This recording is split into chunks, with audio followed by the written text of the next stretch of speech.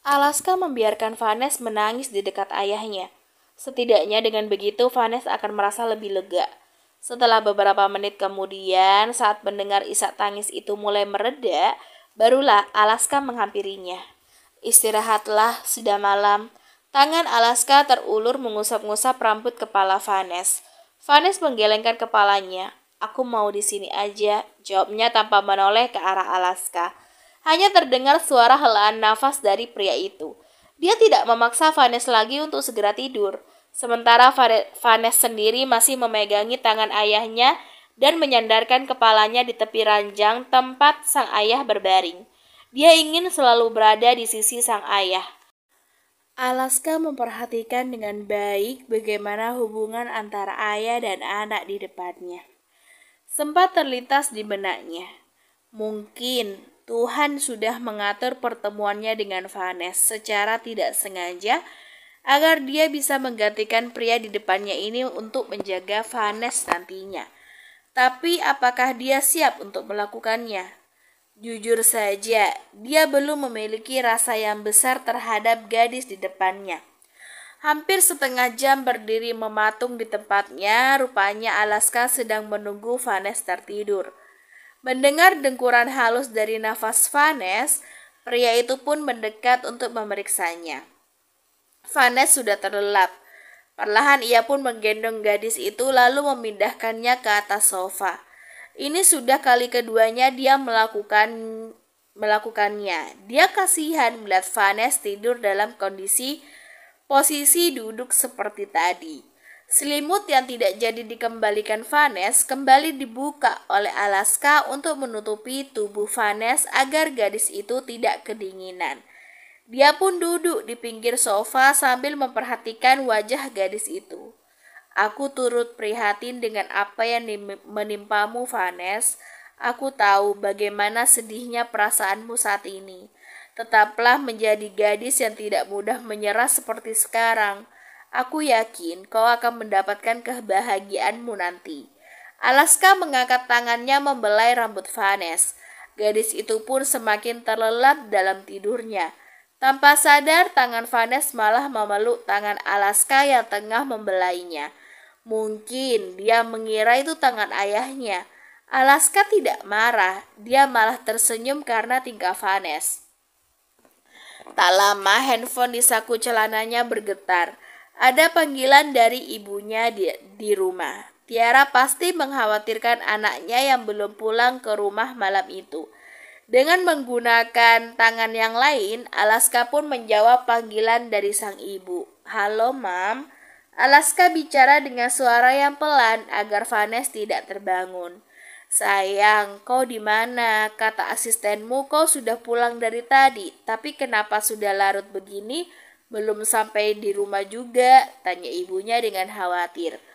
Mam, aku tidak pulang malam ini. Aku menemani Vanes di rumah sakit. Kondisi ayahnya mendadak drop, jadi aku akan bersamanya malam ini.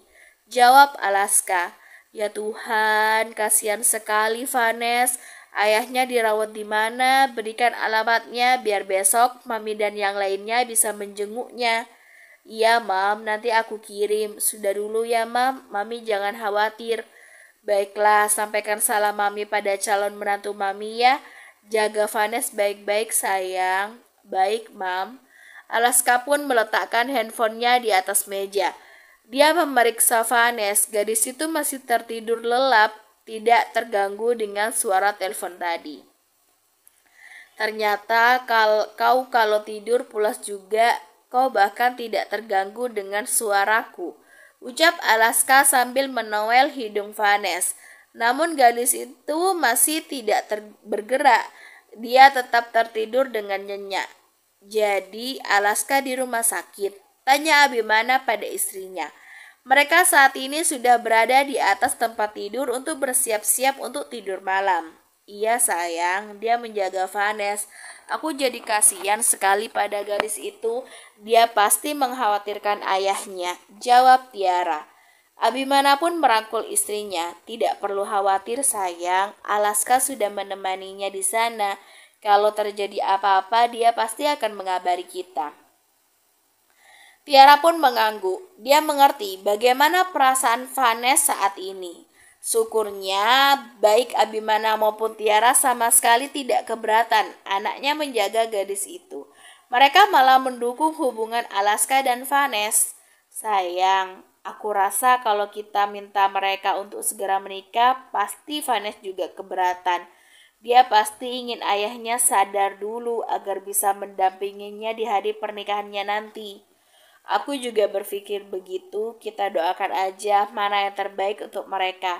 Tapi yang jelas aku berharap mereka bisa menikah secepatnya. Tiara pun menoleh pada sang suami. Sepertinya suaminya ini ingin sekali menikahkan mereka berdua. Apa mungkin ada sesuatu yang disembunyikan oleh suaminya, namun dia tidak mengetahuinya. Meski sepertinya dirimu sangat ingin mereka segera menikah, selidik Tiara. Jangan mencurigaiku seperti itu. Abimana mengerti arti tatapan istrinya. Mereka sudah sangat dekat. Wajar kan kalau aku menginginkan mereka segera menikah? Lagi pula bukankah dirimu juga sudah menginginkan Alaska menikah? Iya sih, aku ingin anak pertama kita segera menikah. Tapi kita juga harus memahami kondisi mereka. Apalagi saat ini ayah Vanes sedang sakit. Dia pasti ingin menunggu ayahnya sembuh dulu, sayang. Abimana pun mengangguk. Aku akan mendukung apa yang terbaik bagi mereka. Ya udah, kita tidur sekarang supaya besok pagi kita bisa menjenguk ayah Vanes di rumah sakit. Tiara pun hanya mengangguk sebagai jawaban. Dia pun memindahkan kepalanya di lengan sang suami lalu memeluk suaminya agar bisa tidur lelap. Sementara itu, di rumah sakit entah sudah berapa lama Alaska duduk sambil memandangi wajah Vanes. Wajah yang pertama kali dia lihat saat baru pulang dari luar negeri, lama-kelamaan dia pun ikut mengantuk juga. Apalagi seharian ini banyak sekali pekerjaan di kantornya. Awalnya, Alaska ingin tidur duduk di atas kursi. Namun tangan Vanes masih asik memeluk tangannya. Dia berusaha menari, tapi gadis itu menahannya. Ia jadi tidak tega kalau membuat gadis itu terbangun nanti. Alhasil, ia pun ikut naik ke atas sofa lalu berbaring tepat di sebelah Vanes. Aku harus bangun sebelum dia bangun lebih dulu. Jangan sampai dia berpikir yang bukan-bukan nanti. Alaska berharap besok pagi dia duluan yang akan terbangun sebelum Vanes. Dia tidak mau gadis itu mengira dia mengambil kesempatan dalam kesempitan. Dia pun mulai memejamkan matanya dan ikut terlelap bersama Vanes di atas satu sofa yang sama. Dalam tidurnya, Vanes tidak sadar memeluk tubuh Alaska yang dia kira bantal gulingnya. Apalagi udara dingin di dalam ruangan itu membuat Vanes membutuhkan kehangatan. Alaska pun ikut tidak sadar. Dia balas memeluk Vanes erat-erat untuk saling menghangatkan badan. Kemarin di apartemen mereka bilang tidur terpisah. Kok percaya? Awalnya percaya, tapi setelah melihat mereka tidur seperti sekarang, aku jadi ragu deh. Aku juga, sepertinya mereka memang harus segera dinikahkan. Kalau begini terus, takutnya mereka kebablasan. Sepertinya kamu benar sayang, mereka harus segera menikah. Aku bilang apa? Feelingku tidak pernah salah. Lihat, pembelaan apa lagi nanti yang diucapkan anak kesayanganmu itu? Ini anak kita sayang. Mom, Dad, memang kalian tidak menyayangiku. Iya, kami sayang kalian berdua. Dalam tidurnya, Alaska seperti mendengar bisik-bisik yang seolah tengah membicarakannya. Dia ingin membuka mata, tapi rasanya sangat berat. Dia mencoba mengingat dengan baik kejadian sebelum dia tidur malam ini. Lalu kemudian dia menyadari bahwa tadi malam dia tidur di rumah sakit. Lalu, berasal dari mana suara-suara barusan? Alaska pun mencoba mengumpulkan kesadarannya lalu membuka matanya perlahan. Yang pertama kali dia lihat saat bangun adalah wajah cantik Vanes yang masih tertidur pulas. Sepertinya dia sudah bangun. Ucap seseorang yang tidak lain adalah Abimana. Ya, Abimana bersama Tiara dan Tanaya sudah sejak tadi tiba di rumah sakit. Mereka datang ke sana berniat untuk menjenguk ayah Vanes. Namun saat masuk ke dalam ruangan tersebut, mereka malah mendapati Alaska dan Vanes sedang nyenyak tidur di atas satu sofa yang sama. Posisinya pun tengah berpelukan. Alaska yang mengenali suara itu langsung menoleh ke belakang. Dia terkejut melihat keluarganya sudah berkumpul di sana. Sial, aku ketahuan lagi, umpatnya dalam hati. Baru saja bangun tidur, Alaska sudah dikejutkan dengan kedatangan keluarganya. Padahal tadi malam dia sudah berniat untuk bangun lebih awal agar tidak ketahuan Vanes kalau mereka tidur bersama. Sialnya, dia malah ketahuan oleh keluarganya. Bingung harus berbuat apa, Alaska pun kembali tidur sambil memeluk pinggang Vanes. Yang dipeluk malah makin nyenyak tidurnya. Abimana dan Tiara sontak melebarkan mata melihat tingkah putra mereka. Tiara menggoyang-goyangkan lengan suaminya agar berbuat sesuatu. Alhasil Abimana pun mendekati Alaska lalu menjewer telinganya dengan kuat. Bangun atau dia diputuskan telingamu.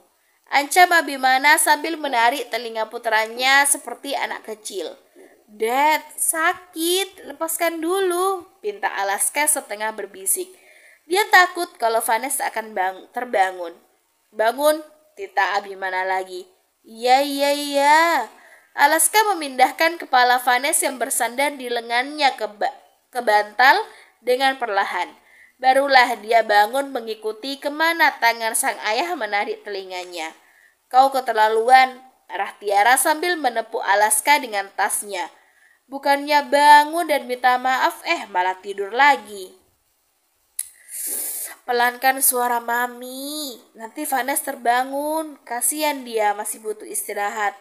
Ucap Alaska sambil menggosok-gosok telinganya yang sudah memerah karena dijewer barusan. Cuci wajahmu sana. Kita bicara di luar, kalau tidak mau Vanes terganggu. Suruh ibunya. Baik, Mam. Alaska tidak berani lagi melawan, apalagi tatapan ayahnya sudah sangat menakutkan. Bisa-bisa hari ini juga mereka ditarik paksa untuk menikah. Dengan malas, Alaska pun masuk ke kamar mandi yang ada di dalam ruangan itu untuk mencuci mukanya. Sambil mencuci muka, dia menertawakan kebodohannya sendiri. Dia tidak mengerti mengapa dia tidur sangat nyenyak tadi malam sampai tidak sadar akan kedatangan keluarganya ke sana. Apa mungkin karena tidur tadi malam bersama Vanes? Dia jadi merasa bersalah karena tidur berdua tanpa seizin gadis itu. Alaska dibawa keluar ruangan oleh keluarganya agar tidak mengganggu pasien maupun Vanes. Dia mengerti, orang tuanya pasti kepikiran yang bukan-bukan lagi kali ini. Aku menemaninya tadi malam, ucap Alaska sebelum ditanya. Dengan tidur dengannya, selidik sang ayah. Alaska mendesah pelan, aku yang salah, kalau begitu segera nikahi dia. Dad, bisakah kita membahas itu nanti? Vanes sedang kalut dengan kondisi ayahnya saat ini. Apa Daddy datang ke sini hanya untuk membahas itu? Kami datang ke sini untuk menjenguk ayahnya, tapi melihat kalian tidur bersama, Daddy semakin yakin untuk segera menikahkan kalian secepatnya. Oke, aku setuju menikahinya. Jawab Alaska yang tidak bisa lagi mengelak. Tapi tunggu sampai kondisi ayahnya stabil dulu, Dad, pinta Alaska kemudian. Stabil?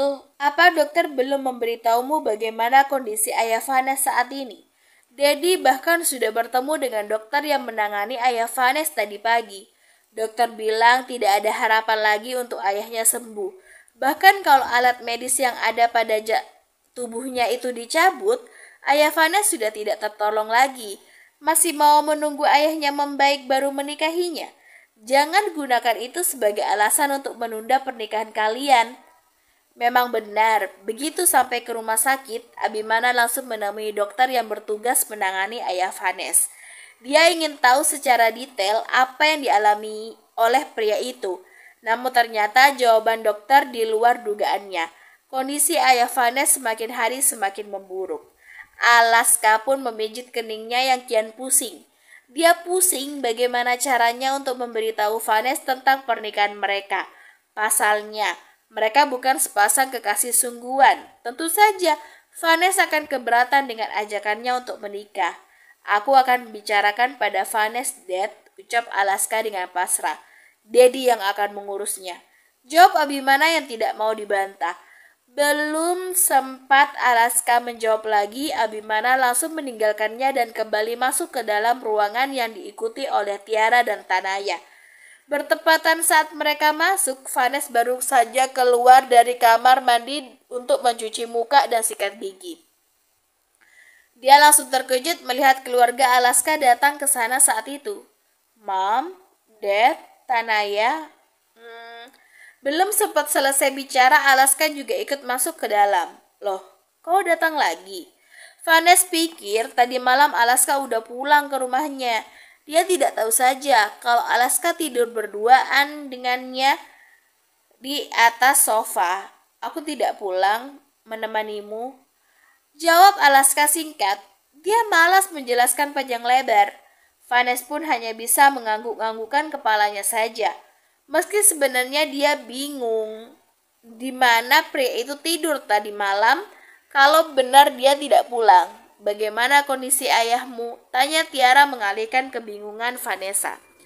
Vanes mendesah pelan belum menjawab.